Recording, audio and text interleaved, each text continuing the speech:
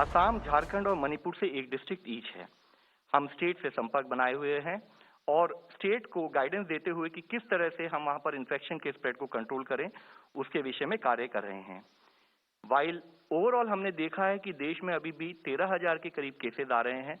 फिर भी कुछ एरियाज ऑफ कंसर्न इमर्ज होते हुए दिख रहे हैं जो हम आप लोगों के सामने रखना चाहेंगे, जिसमें मुख्यतः अगर हम देखें तो अगर आप देखें कि महाराष्ट्र में 9 दिसंबर के हफ्ते में ओवरऑल देश की वहां की स्टेट की केस पॉजिटिविटी 0.76% थी, तो हमने देखा है कि वह एक महीने में बढ़कर 2.59% के करीब हो गई है, यानी कि 3.4 times increase in case positivity Maharashtra में नोट की गई है। एक स्थाई पर जहां केस पॉजिटिविटी में वृद्धि हुई है, उसी के साथ ही हमने देखा है कि वहां ओवरऑल जो केस रिपोर्ट हो रहे हैं उसमें भी काफी वृद्धि नोट की गई है। जैसे कि 9 दिसंबर वाले हफ्ते में जब वहां पर 4,463 के करीब वीकली केसेस आ रहे थे, वह ऑलमोस्ट करीब 3 गुना बढ़कर अब 13,220 के करीब केसेस पिछले एक हफ्ते में नोट किए गए हैं। इसी तरीके से अगर हम देखें तो हम पाते हैं वेस्ट बंगाल में भी 1.61% केस पॉजिटिविटी अब बढ़कर 3.1% के करीब हो गई है, यानी कि इन्फेक्शन के स्प्रेड में एक बढ़ोतरी नोट की जा रही है। और साथ ही अगर हम देखें कि जहां 23 दिसंबर वाले हफ्ते में करीब 3,700 के करीब केसेस आए थे, वह पिछले हफ्ते में बढ़कर अराउंड 4,442 केसेस की संख्या नोट की जा रही है।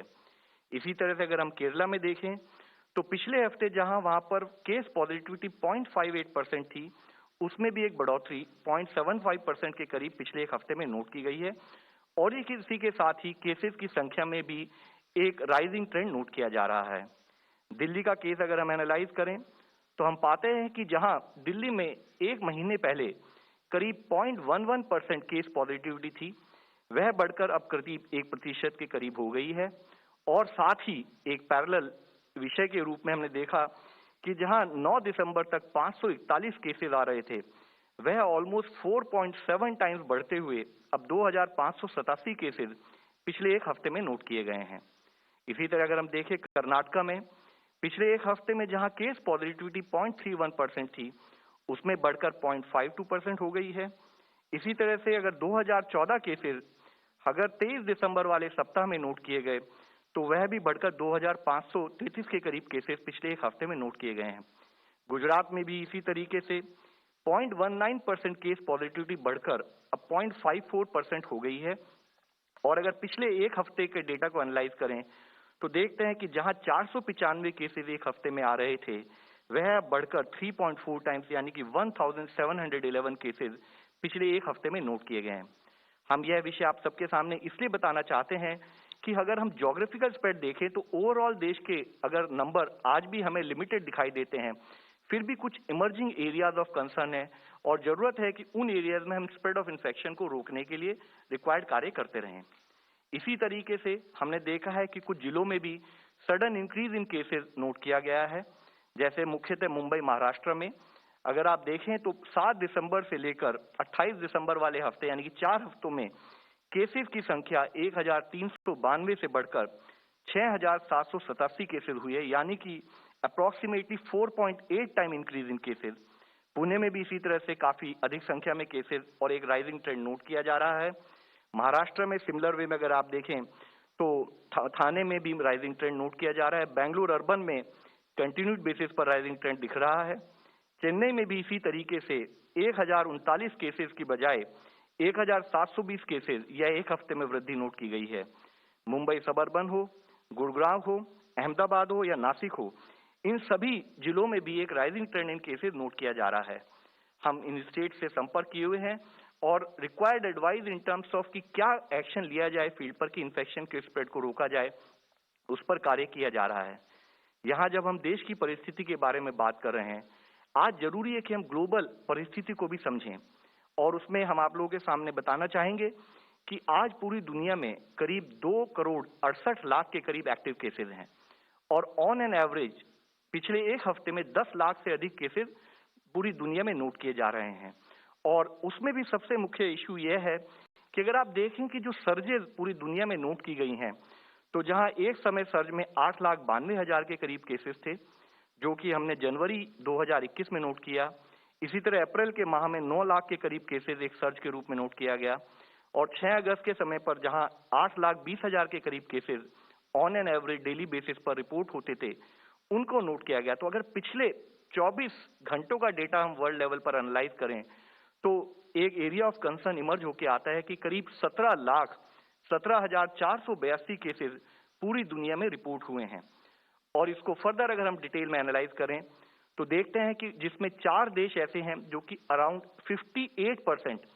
ऑफ जो दुनिया के सारे कोविड केसेस आ रहे हैं पिछले हफ्ते में, वो उन 4 देशों से आ रहे हैं, जिसमें मुख्यतः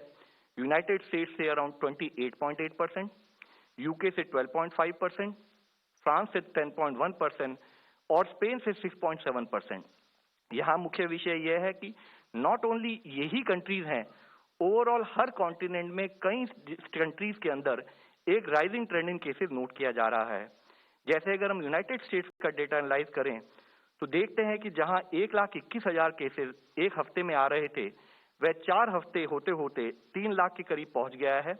और जो एक मुख्य विषय है कि अगर हम पिछले 24 घंटे का यूनाइटेड स्टेट्स का डेटा देखें तो हम पाते हैं कि वहां पर 5,12,000 केसेस प्रति रोज की संख्या से रिपोर्ट किए गए हैं। यूनाइटेड किंगडम में भी approximately 2.7 time increase in cases, और हम देखें कि ऑन एन एवरेज 1,30,000 के करीब केसेस पिछले एक हफ्ते में नोट किए गए। और पिछले 24 घंटे का डेटा देखें तो further area of concern is कि वहां पर 3,19,000 केसेस रिपोर्ट हुए हैं। इसी तरह फ्रांस में भी केसेस 2.25 टाइम्स बढ़े हैं पिछले एक महीने के अंदर, और 2 लाख से अधिक केसेस पिछले 24 घंटे में फ्रांस में नोट किए गए हैं। इसी तरह अगर हम स्पेन का डेटा देखें तो पाते हैं कि वहां पर 6.7 टाइम्स इंक्रीज इन केसेस पिछले एक महीने में नोट किया गया है, और ओवरऑल 69,000 केसेस इस पर्टिकुलर कंट्री में नोट किए जा रहे हैं। यह विषय हम आप सबके सामने इसलिए लाना चाहते हैं कि जिस तरह से वायरस का इन्फेक्शन का स्प्रेड हम पूरी दुनिया में नोट कर रहे हैं, जरूरी है कि इंडिया जो अभी तक हमारी सिचुएशन है उसको समझते हुए हमें फील्ड लेवल पर क्या प्रिकॉशनरी स्टेप्स लेने हैं, हमें इन्फेक्शन स्प्रेड को कैसे रोकना है, उस पर हमें कंटिन्यूड मिशन मोड पर कार्य करने की जरूरत है। इसी तरीके से हम सबको पता है कि पिछले कुछ एक माह से हमारे सामने नए चैलेंज के रूप में एक new variant of concern Omicron भी डिटेक्ट किया गया है, जिसकी अगर ओवरऑल दुनिया की परिस्थिति देखें तो एक माह के अंदर ही करीब 121 देशों में 3,30,000 से अधिक ओमिक्रॉन के केसेस नोट किए गए हैं, और टोटल 59 डेथ्स अब तक रिपोर्ट की गई हैं,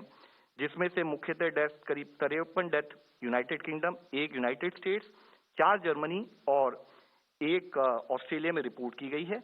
और अधिक केसेस की संख्या को अगर हम एनालाइज करें तो पाते हैं कि अधिकतम cases United kingdom, Denmark, United states, Germany, Norway और कनाडा में पाए जा रहे हैं।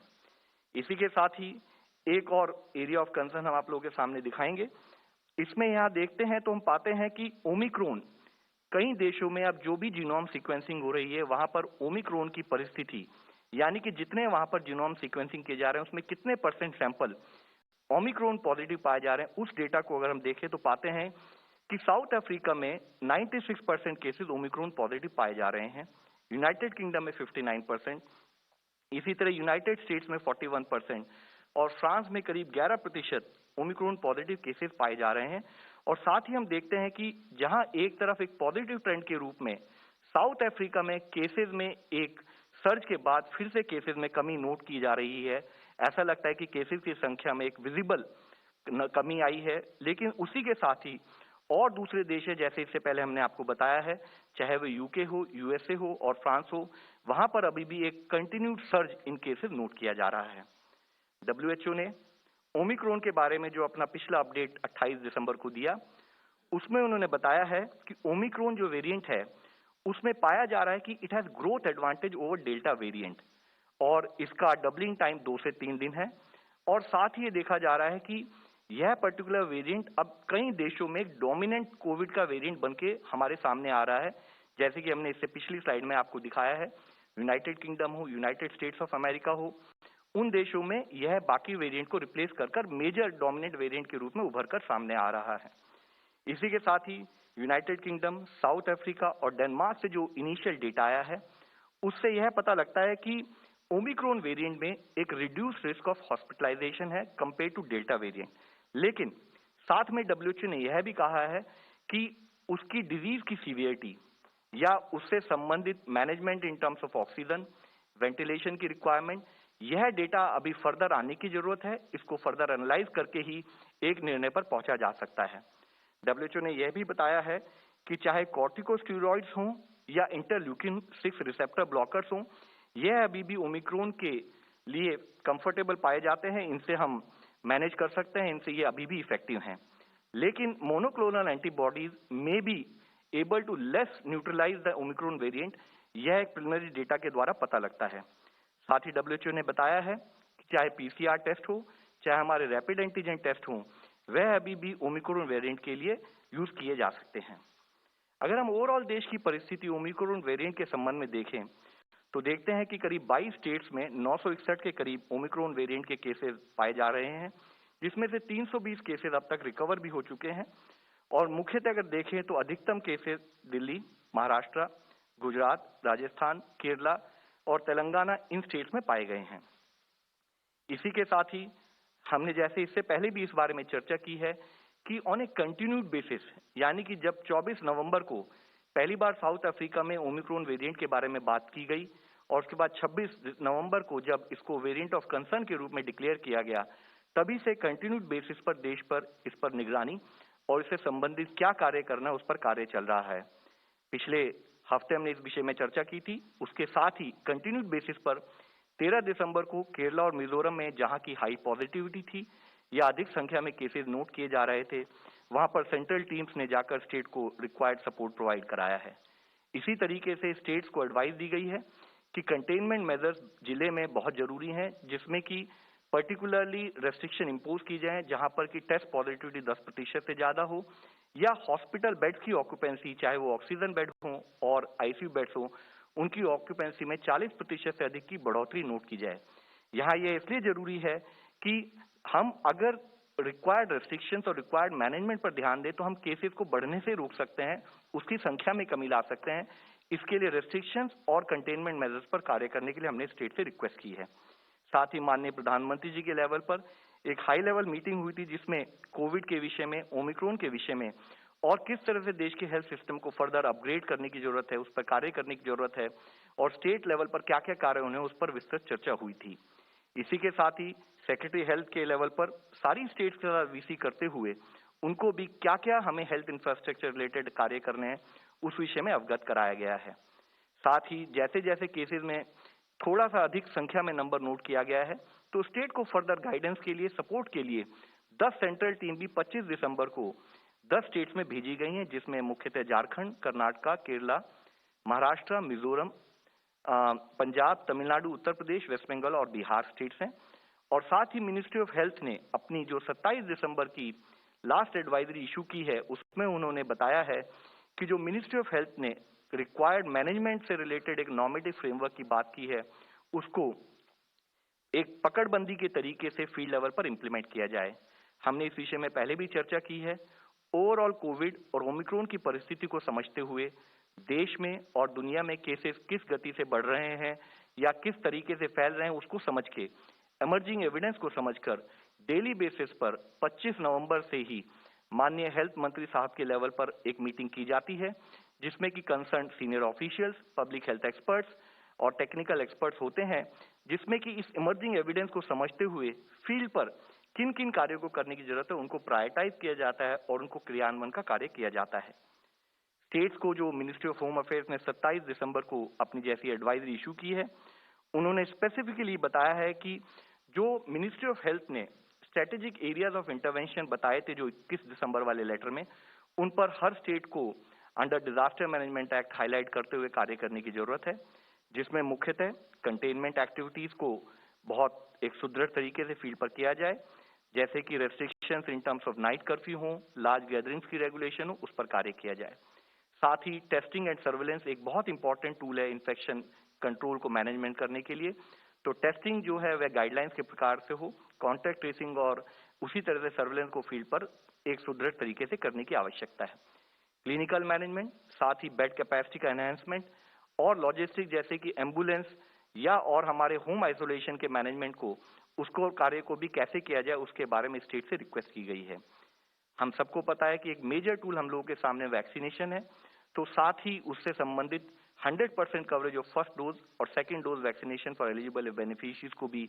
एक मिशन मोड में कार्य करने की कंटिन्यूड बेसिस पर आवश्यकता है। सबसे इंपॉर्टेंट कार्य जो कि हमारी कोविड की लड़ाई में सतत हमारे सपोर्ट में रहा है, वह है कम्युनिटी का एंगेजमेंट। कम्युनिटी में अवेयरनेस लाते हुए, कम्युनिटी में जो ऑनगोइंग चैलेंजेस उनको सामने रखते हुए, उस पर देश को मिलकर कलेक्टिवली कैसे कार्य करना है और मुख्यतः कोविड अप्रोप्रिएट बिहेवियर को कैसे इस्तेमाल करके हमें इन्फेक्शन के स्प्रेड को रोकना है, उस पर कार्य करने की आवश्यकता है। MHA की इस एडवाइजरी में यह भी बताया गया है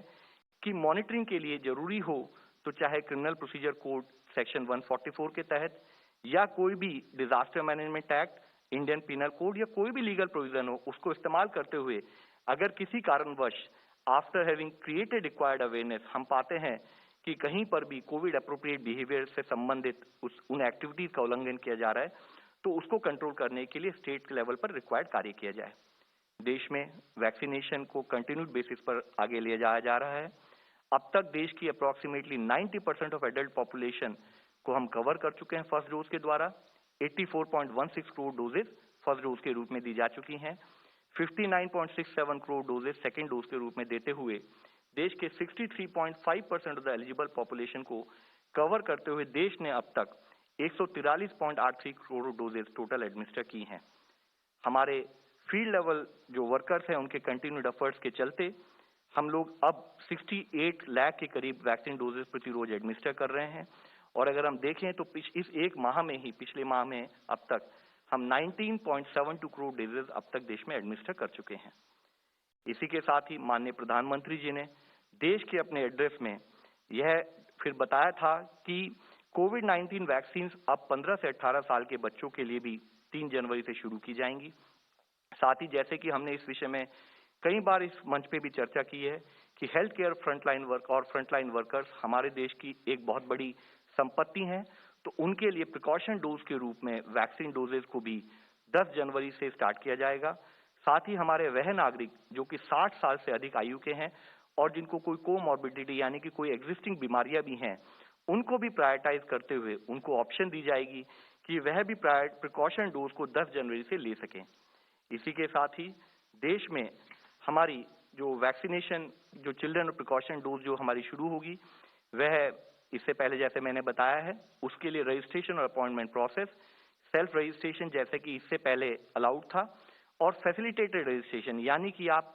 जाकर साइट पर जाकर भी अपने आप को रजिस्टर कराकर उन डोजेस को लगवा सकते हैं, वह एक ऑपरेशनल गाइडलाइन उस पर कार्य चल रहा है। इसी के साथ ही जो प्रिकॉशन डोज हम पर्टिकुलरली हमारे हेल्थ केयर वर्कर्स हों या हमारे एल्डरली पॉपुलेशन हों, उनको रिमाइंड कराने के लिए कि प्रिकॉशन डोज नाउ दे में बी एलिजिबल, तो उनको हम SMS के द्वारा भी उनको बताएंगे और साथ ही अगर उनको वैक्सीनेशन सर्टिफिकेट चाहिए तो वैक्सीनेशन सर्टिफिकेट में भी रिक्वायर्ड बदलाव करते हुए प्रिकॉशन डोज का मेंशन किया जाएगा। इसी के साथ ही जो हमारी ऑनगोइंग बैटल है कोविड-19 के अगेंस्ट, उसको फर्दर स्ट्रेंथन करने के लिए, उसको फर्दर मजबूत बनाने के लिए माननीय हेल्थ मिनिस्टर साहब के लेवल पर बताया गया था कि कोवोवैक्स और कोर्बेवैक्स 2 वैक्सीन और मोलनुपिराविर एक दवाई का भी हमारे ड्रग कंट्रोलर ने उसको इमरजेंसी यूज ऑथराइजेशन दिया है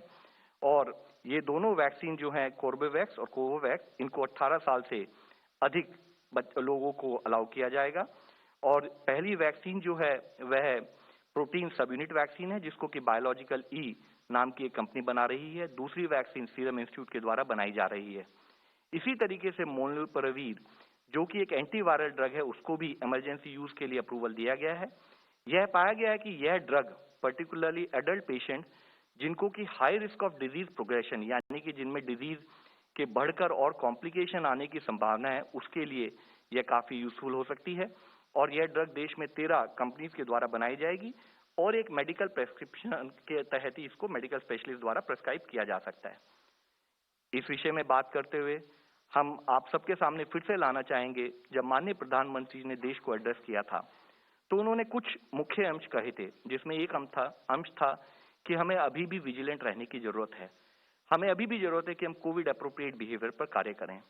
माननीय Well, that was the प्रधानमंत्री। Health Ministry briefing there, emphasizing once again on following appropriate behavior and also emphasizing on the Omicron case. So that is now actually,